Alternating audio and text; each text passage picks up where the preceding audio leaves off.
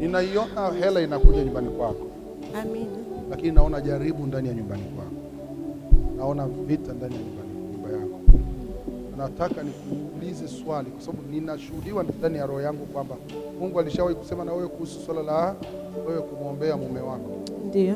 Umefanya hivyo? Huwa nafanya lakini sio mara kwa mara. Hujafanya. Usijitetee. Unafanya lakini sio mara kwa mara. Hilo ni la kwako la kujitetea. Mimi nikikuangalia sioni ukifanya. Kabisa. Hujamwombea mume wako. Hujajiandaa na kitu ninachokiona kinakuja mbele.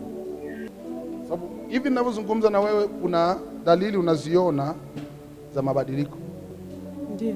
Nilijua utamficha mume wako maana hutaki watu wajue. Umeshaanza kuziona ishara mbali. Ndio. Na ukweli ni kwamba akigusa pesa huwa anabadilika.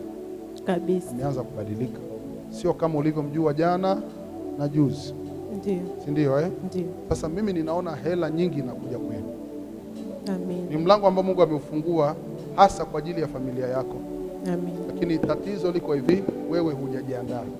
Kama utaomba, kuna njia nyembamba kubwa sana mbele yako. Okay, sio kubwa, ndefu, ambayo ina makorongo mengi, utaipitia. Baba, naiombea hii familia. Naamuru baraka hizi zije kwao, lakini zije kwa amani. Nakemea vita ambayo adui amekusudia kuileta kwa sababu ya wingi wa baraka zinazokuja. Nakushukuru sana kwa sababu ya neema yako. Unajua milango ya uharibifu haitapata nguvu tena katika jina la Yesu Kristo.